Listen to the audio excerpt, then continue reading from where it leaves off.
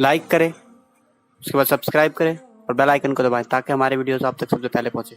तो पहली चीज ये है, रोजा रखिए, रोजे का एहतमाम कीजिए। और रोजा रखिए तो इस तरह रखिए जैसे अल्लाह ने रोजा रखने का हुक्म दिया है। ये दूसरा बाब आपके सामने पेश करने लगा।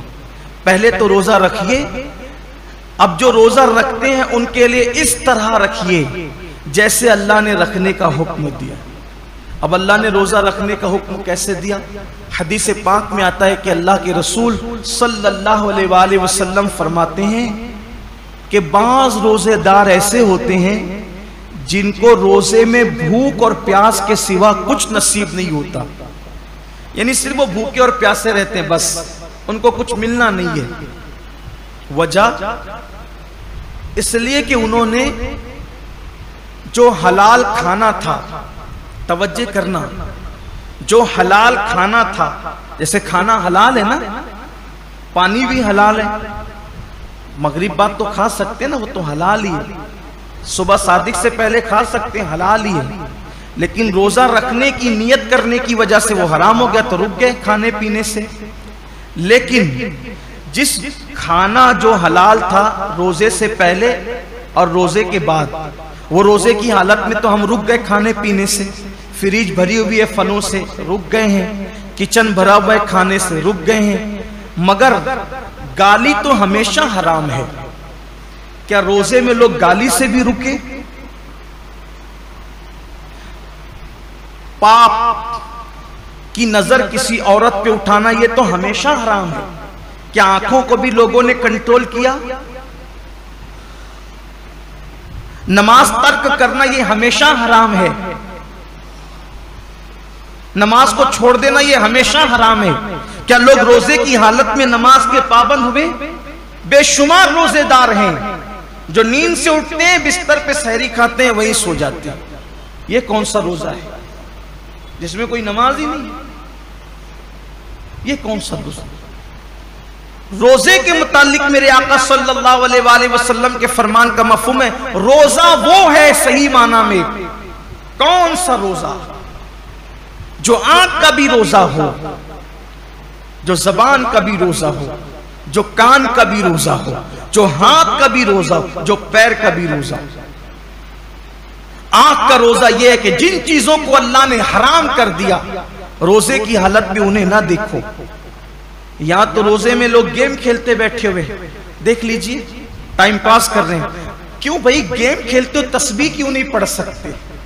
ये तो महीना तस्बीह और तिलावत का है, दुरूद शरीफ का है। अच्छा, ये तो गेम खेल रहे हैं, इसमें कोई तस्वीर तो नहीं है, ये हराम तो नहीं है। इस्लाम में वक्त जाय करना ही हराम है, तज़ीय औकात हराम है इस्लाम के अंदर। गेम खेलना मोबाइल पर ये हराम है। हालत रोजा में ये कौन सा हराम काम लोग लेके बैठ गए? बच्चे गेम खेल रहे हैं, जवान गेम खेल रहे हैं, औरतें गेम खेल रही है, लगे हुए सब मोबाइल पर। तो रोजा रखा तो क्या माज़अल्लाह हमने एहसान किया कि आप गेम खेलने बैठ गए? ये रोजा तो नहीं हो सकता। कुछ लोग सीरियल देखते हैं रोजे की हालत में, बल्कि ये रूहानी तरबियत का महीना है कि जब आंखों से पाप नहीं होगा, कानों से नाजायज हराम चीजें नहीं सुनेंगे, हाथ से किसी पे जुल्म नहीं करेंगे, जबान से किसी को गाली नहीं देंगे, झूठ नहीं बोलेंगे, गीबत नहीं करेंगे, पैर से हराम जगह चलकर नहीं जाएंगे, तो एक महीने के अंदर ये रूहानी तरबियत होगी। तो जब रमजान शरीफ तो चला जाएगा, लेकिन ये नेक आदतें इंसान में बाकी रह जाएगी। इस तरीके से इंसान की जिंदगी बदल जाएगी। ये महीना बदलने के लिए आता है, ये महीना इंसान को तब्दील करने के लिए आता है, ये महीना इंसान की जिंदगी में इंकलाब बपा करने के लिए आता है। अब जबान झूठ बोल ही रही है। कुछ लोगों का तो रोजा उस वक्त तक मुकम्मल ही नहीं होता जब तक वो दो चार लोगों से झगड़ा ना कर ले। बड़ा नाजुक होता है कुछ लोगों का रोजा, यानी उनका दिमाग चिड़चिड़ा हो जाता है रोजे के अंदर। इससे लड़, उससे झगड़, उसको गाली दे, उससे ये हालत होती है। रोजा ये नहीं। अल्लाह के रसूल अलैहिस्सलाम फरमाते हैं, अगर कोई रोजे की हालत में तुमसे झगड़ा करे तो उसको कह दो कि भाई मैं रोजे से, मैं अपना रोजा खराब नहीं करना चाहता। रोजे में झगड़ा नहीं होना चाहिए, रोजा नहीं है। अब आपके सामने बताऊं, ऐसा रोजा रखो कि खाने पीने के साथ आंख पे भी कंट्रोल हो, जबान पे भी कंट्रोल हो, हाथ पे भी कंट्रोल हो, पैर पे भी कंट्रोल हो, सोच पर भी कंट्रोल हो। अब ऐसे रोजे का सिला क्या है? तो अल्लाह खुद फरमाता है, रोजा मेरे लिए है और मैं ही उसकी जज़ा हूं। यानी हर नेकी और हर नेक अमल की जज़ा जन्नत हो सकती है, लेकिन रोजा तन्हा वो इबादत है कि आपने जिसका हक अदा किया उसका सिला जन्नत नहीं बल्कि मालिके जन्नत है। सोचे तो सही, रोजा क्या चीज है? मालिके जन्नत कैसे सिला है? मतलब यह कि अल्लाह रोजेदारों को अपना दीदार नसीब फरमाए, रोजेदारों को खुदा का दीदार न। साहबा ने पूछा, या रसूलल्लाह हम अल्लाह का दीदार कैसे करेंगे? तो आका फरमाते हैं, जैसे तुम आसमान पर चांद देखते हो बिला तकल्लुफ बिला तमसील, तुम अल्लाह का यूं दीदार करो। सोचिए, हुजूर इतने खूबसूरत हैं तो हुजूर को बनाने वाले रब के हुस्न का आलम क्या होगा? कायनात इतनी खूबसूरत है तो कायनात को बनाने वाले रब के हुस्न और उसके जमाल का आलम क्या होगा? तो अल्लाह के लिए ऐसा रोजा रखो। और फिर जाते जाते ये महीना मवासात का महीना, गम गुसारी का महीना है, गमखारी का महीना है।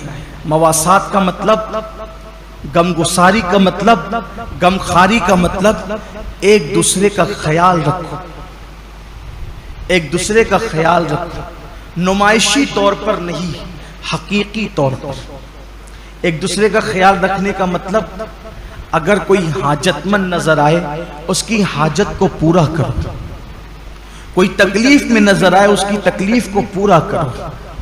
बल्कि आप मुझे ये बताएं कि आखिर अल्लाह रब्बुल इज्जत तो बेनियाज है, जिनके घर की फ्रीजें भरी है, किचन भरे, उनको भूखा रहने का हुक्म क्यों दिया? कभी सोचा रोजे का फलसफा क्या है? कि दिन भर तुम्हें भूखा प्यासा रहना है, सब कुछ है फिर भी भूखा प्यासा रहना। जैसे कुछ नेकियां, कुछ इबादतें खास मालदारों के लिए रखी है, वैसे कुछ इबादतें अल्लाह गरीबों के लिए रख देता है। जैसे कुर्बानी मालदारों के लिए है, ज़कात मालदारों के लिए है, हज मालदारों के लिए, ये इबादतें तो मालदारों के लिए मखसूस कर दी। तो रोजे जैसी भूखे प्यासे रहने की इबादत भी गरीबों के लिए मखसूस कर देता। ऐसा क्यों हुआ? सब रोजा रखो, सबको भूखा प्यासा क्यों रखवा रहा है? वजह यह है कि मालदार लोग 11 महीने पेट भर के हलक तक खाते हैं, तो उनको पता नहीं होता है कि भूखों की भूख क्या होती है। जो बंदा जिस तकलीफ से गुजरेगा नहीं, उसको उस तकलीफ का एहसास कभी नहीं होगा। जो यतीम नहीं था, उसको यतीमों का दर्द कभी पता नहीं चल सकता। जो गरीब नहीं हो, उसको गरीबों का दर्द कभी पता नहीं चल सकता। जो पैदाइशी मालदार हो, उनकी फिक्र में, और जो गरीबी से मालदार की तरफ आए हैं, उनकी फिक्र में जमीन आसमान का फर्क है।